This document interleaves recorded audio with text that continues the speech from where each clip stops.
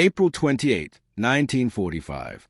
Somewhere in the wooded hills of Bavaria, beneath a sky still choked with the smoke of a dying war, General Lieutenant Friedrich von Schell sat in the back of an American jeep, his hands unbound, his uniform stripped of its iron cross but still bearing the faded outline where the medal had once rested.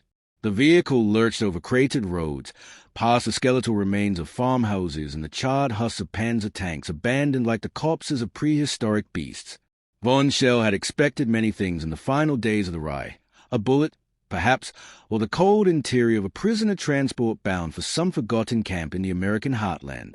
What he had not expected was a smell of roasting chicken drifting through the open window of a white clapboard house on the outskirts of a small Tennessee town 6 weeks later, nor the sight of a middle-aged American colonel's wife smiling at him from a doorway, wiping flour from her hands onto a floral apron.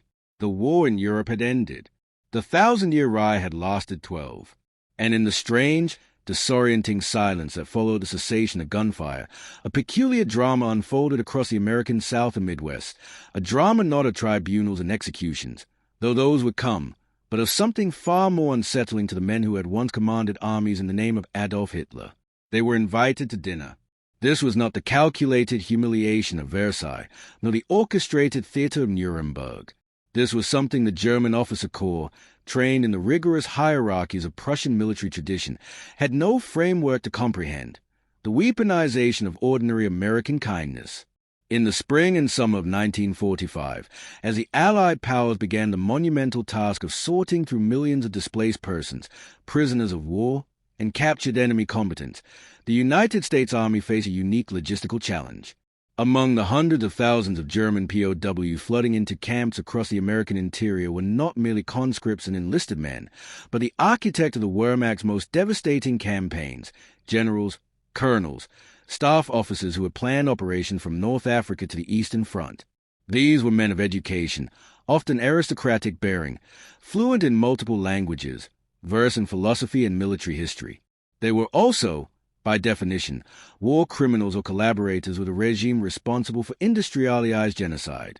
The question of what to do with them was both practical and profoundly ideological. The Geneva Conventions mandated treatment appropriate to their rank. Security concerns required isolation from the general POW population. But more than this, American military intelligence recognized an opportunity. These men possessed detailed knowledge of Soviet military capabilities, of Wehrmacht operational doctrine, of the internal mechanics of Nazi Germany's war machine. In the emerging calculus of the Cold War, their cooperation could prove invaluable. And so, beginning in early 1945 and accelerating after VE Day, a program was initiated, never officially codified, born more from the improvisational pragmatism that characterized American military culture, whereby high-ranking German officers were not merely imprisoned, but integrated into a system designed to extract information, yes, but also to demonstrate, viscerally and undeniably, the material and moral superiority of American democracy. They were brought to dinner. The practice began almost accidentally. At Fort Benning, Georgia, where several dozen German generals were held in converted officers' quarters, a young American major named Robert Whitfield found himself assigned as liaison to General Oberst Hermann Bulk, a panzer commander whose tactical brilliance was matched only by his apparent lack of enthusiasm for Nazi ideology. Whitfield, a Dartmouth graduate who had studied in Heidelberg before the war, spoke fluent German. His orders were vague: ensure the prisoners' compliance, facilitate interrogations, assess their willingness to cooperate with Allied intelligence. On a warm evening in May, Whitfield mentioned to Bulk that his wife was hosting a small dinner party the following Sunday. Nothing formal, just a few army couples, some local civilians. Almost as an afterthought, he asked if Bulk might like to attend. The general's response was silence, not refusal, not acceptance, but a kind of stunned incomprehension. In the universe Bulk had inhabited for the past 6 years, prisoners did not dine with captors. Enemies did not break bread. The proposition violated every assumption about power, hierarchy, and the nature of military conflict. Yet something in Whitfield's casual tone, the very ordinariness of the invitation, made refusal seem absurd. Bulk accepted. That Sunday, Hermann Bulk sat at a dining table in a modest Georgia home, flanked by an army chaplain's wife and a local schoolteacher, eating pot roast and mashed potatoes, discussing Gertie and the challenges of growing tomatoes in southern heat. The meal was unremarkable by American standards, simple, abundant, served on mismatched china. To Bork, it was a disorienting glimpse into an alien civilization. Word of the experiment traveled quickly through the small world of army intelligence. If it worked with Bork, why not with others? Within weeks, similar dinners were being arranged at facilities across the South. Not every German officer accepted. Some, rigid with pride or ideology, refused on principle. But many, worn down by defeat, curious, or simply desperate for any reprieve from the monotony of captivity, agreed. And in doing so, they stepped into a theater of psychological warfare far more sophisticated than any they had encountered on the battlefield. The typical German officer in American captivity arrived with a set of expectations shaped by Nazi propaganda and by the genuine brutalities both sides had inflicted during the war. They expected retribution. They expected, if not summary execution, then harsh treatment, starvation rations, forced labor. These were, after all, the conditions Germany had imposed on Soviet prisoners, millions of whom had perished in camps designed to work and starve them to death. They had seen the newsreels and read the reports of Allied bombing campaigns that had incinerated German cities. They knew the Americans had reason for vengeance. Instead, they found themselves in camps where the food, while institutional, was plentiful, where they received mail, had access to medical care, could form orchestras and theater groups, where their guards, often farm boys from Iowa or shopkeepers from New Jersey, treated them with a baffling mixture of professional detachment and casual friendliness. And then came the dinners. General Major Hans von Luck, a veteran of Rommel's Afrika Korps, later wrote in his memoirs of his first dinner with an American family in Virginia. "I prepared myself for interrogation disguised as hospitality," he recalled. "I expected questions about troop deployments, about my knowledge of SS operations, about my political beliefs. Instead, the colonel's teenage daughter asked me if I had ever been to Bavaria, because a high school German class was reading a translation of a Munich folk tale. Her mother wanted to know if it was true that German chocolate cake was called that because of its German origin, or if it was merely a recipe named after someone named German. The conversation was so determinedly mundane, so aggressively normal, that I found myself more unsettled than I had been during any formal interrogation.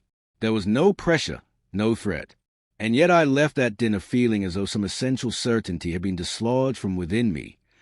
This was a subtle genius of the approach, not torture, not even overt persuasion, but immersion in the ordinary textures of American life. The abundance was part of it, certainly.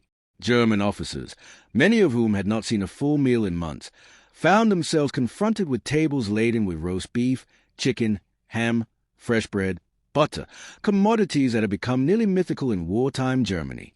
But more profound was the social structure the meals revealed. At these tables, a general might sit next to a factory worker, a colonel beside a schoolteacher. Rank mattered less than courtesy. The American officers' wives spoke with authority on topics their husbands deferred to. Children interrupted adult conversation without punishment. The entire performance communicated a message more powerful than any propaganda film. This is what a free society looks like. By the summer of 1945, the dinner program had expanded and evolved. At Fort Hunt, Virginia, where the military intelligence service ran its most intensive interrogation operations, a rotating series of German generals found themselves invited not just to private homes but to community events, church picnics, 4th of July celebrations, local theater productions. The intent was never concealed. These men understood they were being shown something, being taught something, but the pedagogy was so wrapped in the mundane rituals of American middle-class life that it became difficult to resist. General Lieutenant Franz Halder, former chief of the German General Staff, who had participated in the early planning of Operation Barbarossa, attended an Independence Day celebration in Alexandria, Virginia. He stood on a crowded lawn, eating watermelon and watching fireworks, surrounded by American families who knew exactly who he was and treated him with polite curiosity. In his diary, later seized as part of the historical record, Halder wrote, "They are not naive. They know what we did, what I did. Yet they insist on treating me as though I am capable of redemption, as though my fundamental humanity is a given rather than something to be proven. This is either profound Christian charity or profound psychological manipulation. I cannot determine which. Perhaps it is both. The ambiguity was intentional. The Americans running these programs, intelligence officers, but also psychologists, sociologists, even the occasional anthropologist in uniform, understood that the most effective propaganda is that which the target partly convinces himself of. The dinners worked not by forcing German officers to recant their beliefs, but by creating cognitive dissonance. How could the nation they had been taught to view as racially mongrelized, culturally decadent, and militarily inferior provide such abundance, such order, such casual confidence? How could a society that permitted this level of social equality and individual freedom also have produced the most powerful military machine in human history? The symbolism of food became central to this process. In German military culture, meals were hierarchical, formal affairs. Officers ate separately from enlisted men, and the quality of rations corresponded directly to rank. Hunger had been weaponized, both against enemy populations and, in the war's final months, within Germany itself as supply lines collapsed.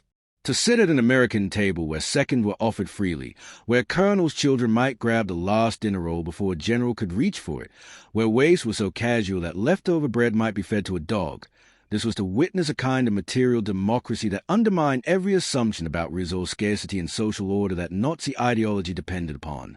Not all responses were positive.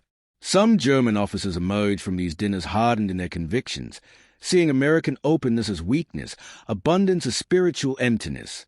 General Oberst Alfred Jodl, who would later be executed at Nuremberg for war crimes, attended exactly one such dinner before refusing all subsequent invitations. In his view, the Americans were attempting to degrade him, to make him complicit in his own defeat by accepting their hospitality. His pride would not permit it. Others found the experience deeply destabilizing.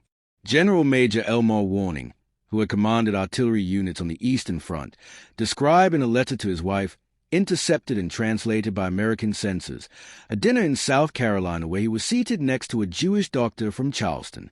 I spent 3 hours in conversation with a man whom, under the laws of my former nation, I would have been complicit in murdering, Warning wrote. He knew this. I knew this.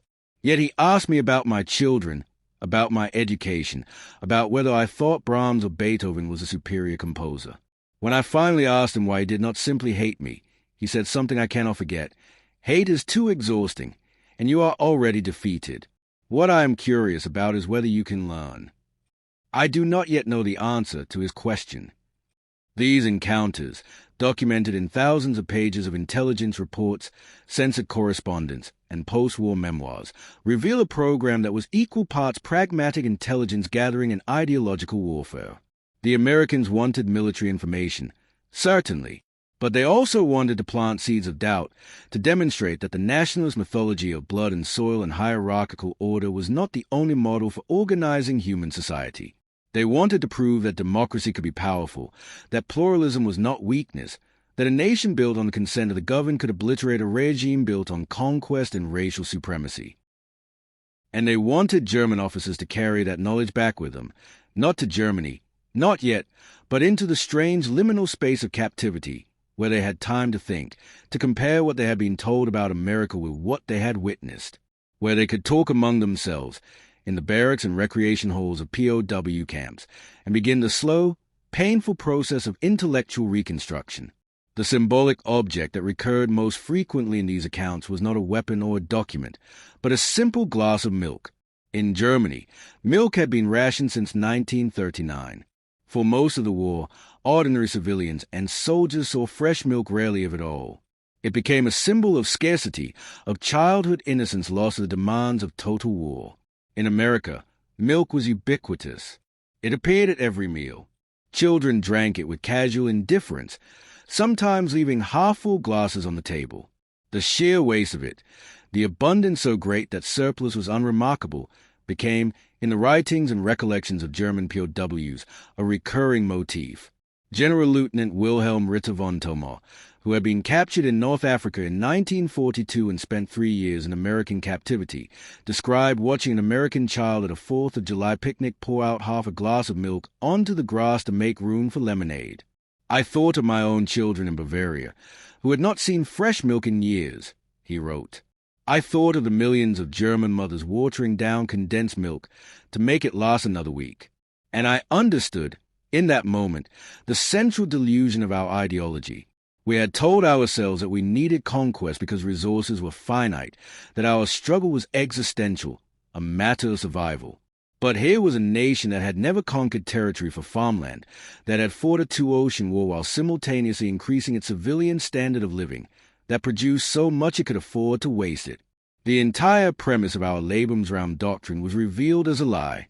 We did not lose because we were betrayed or outnumbered. We lost because our foundational assumptions about how the world works were false.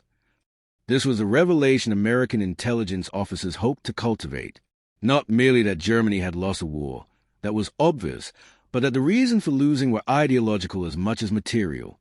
That Nazi philosophy had not merely been evil but incorrect, a fundamentally flawed model of reality. As summer turned to autumn in 1945 and the first Nuremberg trials began, the dinner program quietly wound down. Many of the highest-ranking officers were transferred to international custody, where their treatment would be subject to Allied consensus rather than American initiative. Others, deemed valuable for their knowledge of Soviet military capabilities, were relocated to more secure facilities where their debriefings would intensify. The moment of possibility, the strange interregnum between combat and judgment, was closing. But the program left traces. In the archives of Fort Hunt and Fort Benning, in the private papers of intelligence officers and their families, in the memoirs published decades later by men who had gone from commanding divisions to eating pot roast in Virginia, a record emerged of an experiment in psychological warfare that was also, inadvertently, an experiment in forgiveness and transformation.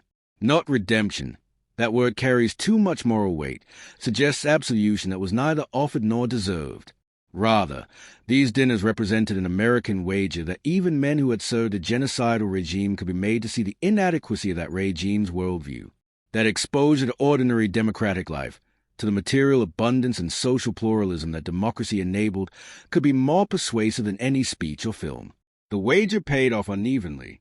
Some German officers did cooperate with American intelligence, providing valuable information about Soviet capabilities and Wehrmacht tactics that would inform U.S. military doctrine throughout the Cold War.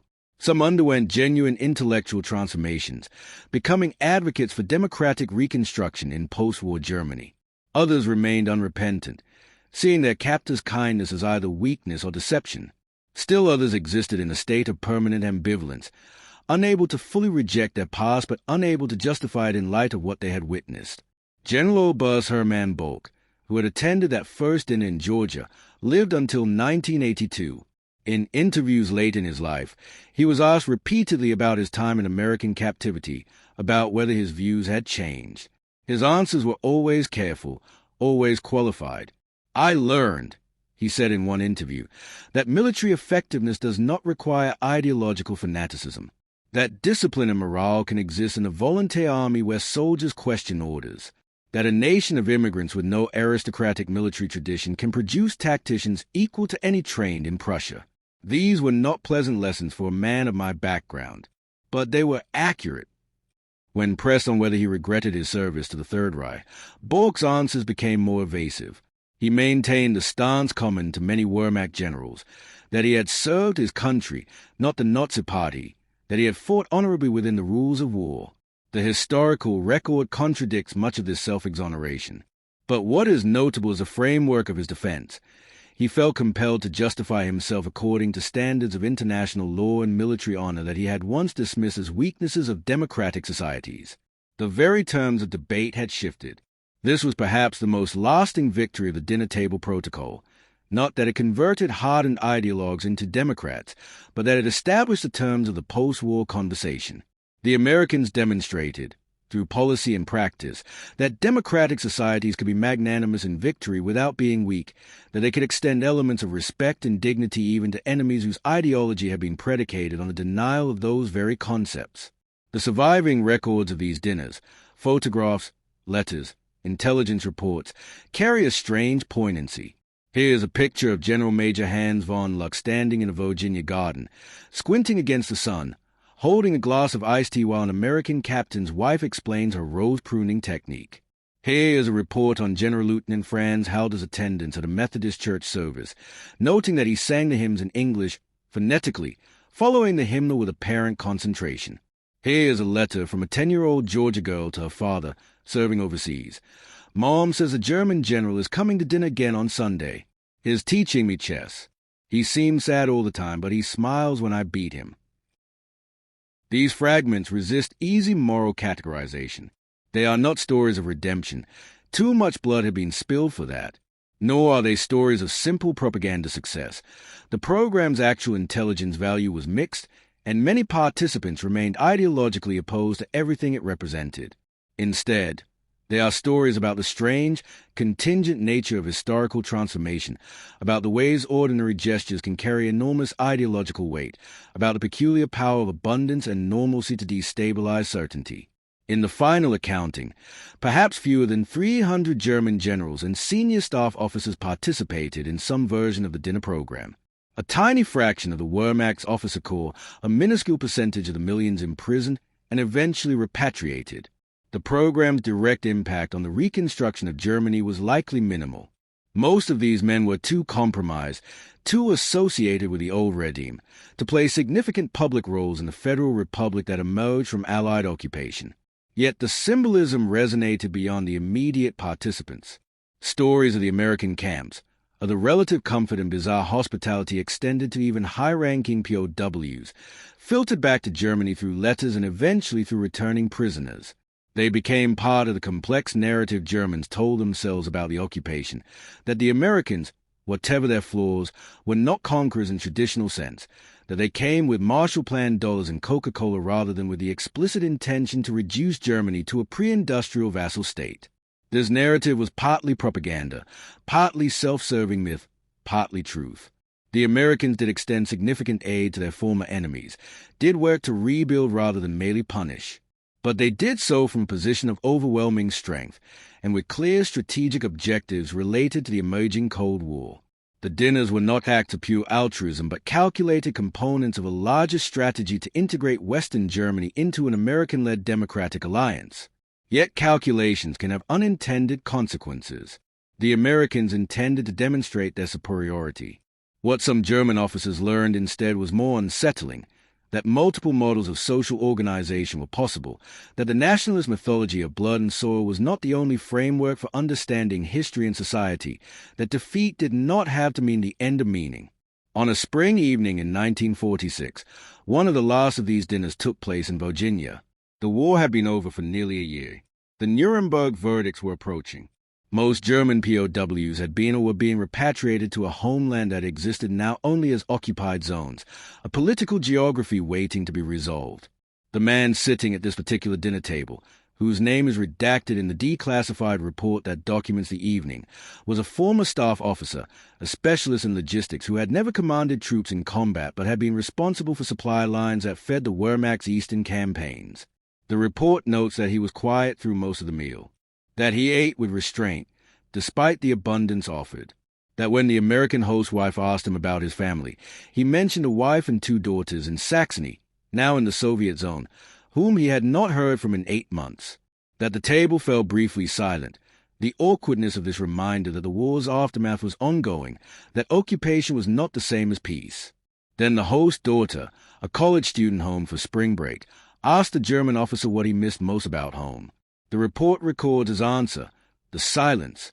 Hey, even in captivity, there's always noise, the radios, the trucks, the abundance itself is loud. In Germany, in the villages, there were moments of complete silence. Before the war, I miss that silence. The report concludes with a brief assessment. Subject appears resigned rather than defiant. No significant intelligence value. Recommend repatriation on next available transport. But what the report does not capture, cannot capture, is the weight of that answer. The acknowledgement that the world before the war was lost irrecoverably, that whatever Germany emerged from the rubble will be something new and strange. The implicit recognition that the silence he missed was not merely acoustic but moral, the silence before choices, before complicity, before the machinery of industrialized death had been set in motion. And perhaps, in that moment, Around that table laden with food in a country his nation had declared war upon, there was a glimpse of the central truth the Americans were trying to communicate, that the future did not have to replicate the past, that defeat could be the beginning of reconstruction rather than the prelude to revenge, that even across the gulf of war and ideology, some fragile form of human recognition remained possible. The dinners ended.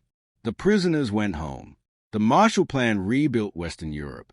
The Cold War hardened into confrontation between former allies. Germany divided, then eventually reunited. The men who had sat at those tables, who had eaten roast chicken and mashed potatoes while discussing Goethe and baseball, mostly faded into obscurity.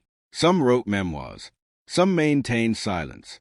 Some died without ever fully reconciling what they had believed with what they had witnessed. But the symbolic resonance of those meals, of abundance as argument, of hospitality as ideology, of the profound statement made by treating enemies as humans capable of learning, persisted. It became part of the myth of American exceptionalism, the narrative that America fights wars differently, that democratic societies can be ruthless in combat but magnanimous in victory. Like all myths, this one is partly true and partly self-serving. America has not always extended such consideration to its enemies. The dinner table protocol was exceptional, not representative. Yet the exception reveals something about the possibility, however contingently realized, of warfare that does not have to end in cycles of revenge, of victories that do not require absolute humiliation of the defeated. The German generals who begged to leave American custody and return to the uncertainty of occupied Germany, who found the kindness of their captors more destabilizing than cruelty would have been, experience a truth that military strategists since Sun Tzu have understood but rarely implemented, that the most complete victory is one that transforms the enemy's understanding of what is possible. The dinners ended. The prisoners went home. The Marshall Plan rebuilt Western Europe. The Cold War hardened into confrontation between former allies.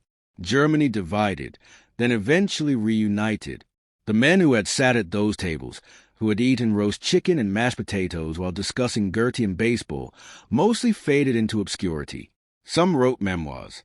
Some maintained silence. Some died without ever fully reconciling what they had believed with what they had witnessed. But the symbolic resonance of those meals, of abundance as argument, of hospitality as ideology, a profound statement made by treating enemies as humans capable of learning, persisted. It became part of the myth of American exceptionalism, the narrative that America fights wars differently, that democratic societies can be ruthless in combat but magnanimous in victory. Like all myths, this one is partly true and partly self-serving. America has not always extended such consideration to its enemies. The dinner table protocol was exceptional, not representative. Yet the exception reveals something about the possibility, however contingently realized, of warfare that does not have to end in cycles of revenge, of victories that do not require absolute humiliation of the defeated. The German generals who begged to leave American custody and return to the uncertainty of occupied Germany, who found the kindness of their captors more destabilizing than cruelty would have been, experience a truth that military strategists since Sun Tzu have understood but rarely implemented, that the most complete victory is one that transforms the enemy's understanding of what is possible. They came expecting punishment and found pot roast. They came with certainties and left with questions. They came as prisoners of war and left as witnesses to a model of society that their ideology had insisted could not exist, pluralistic, abundant, powerful, and fundamentally at ease with itself. Whether that witness changed them is ultimately unknowable, buried in the private recesses of individual conscience. But that they were confronted with it, that they had to account for it, that they could not simply dismiss it as propaganda because they had tasted it, smelled it, watched American children waste milk and felt the cognitive dissonance of a worldview collapsing. That was a victory. Not total, not morally uncomplicated, but profound in its simplicity. You expected one thing, and we showed you another. Now what will you do with that knowledge? The glass of milk, half empty on the table. The smell of roasting chicken. The sound of a child's laughter mixing with adult conversation. These were the weapons of a war that continued long after the shooting stopped. A war of ideas, of models, of competing visions of what human society could be. And in that war, the dinner table became a battlefield as consequential as any in Europe. The humble rituals of American middle-class hospitality transformed into instruments of ideological transformation. The 1,000-year Reich had fallen in 12 years. but the rebuilding of what would come after, that would take generations. And it began, in part, at tables where former enemies passed bread and tried to find words of the world they now inhabited together, victors and vanquished, in the strange democracy of a shared meal.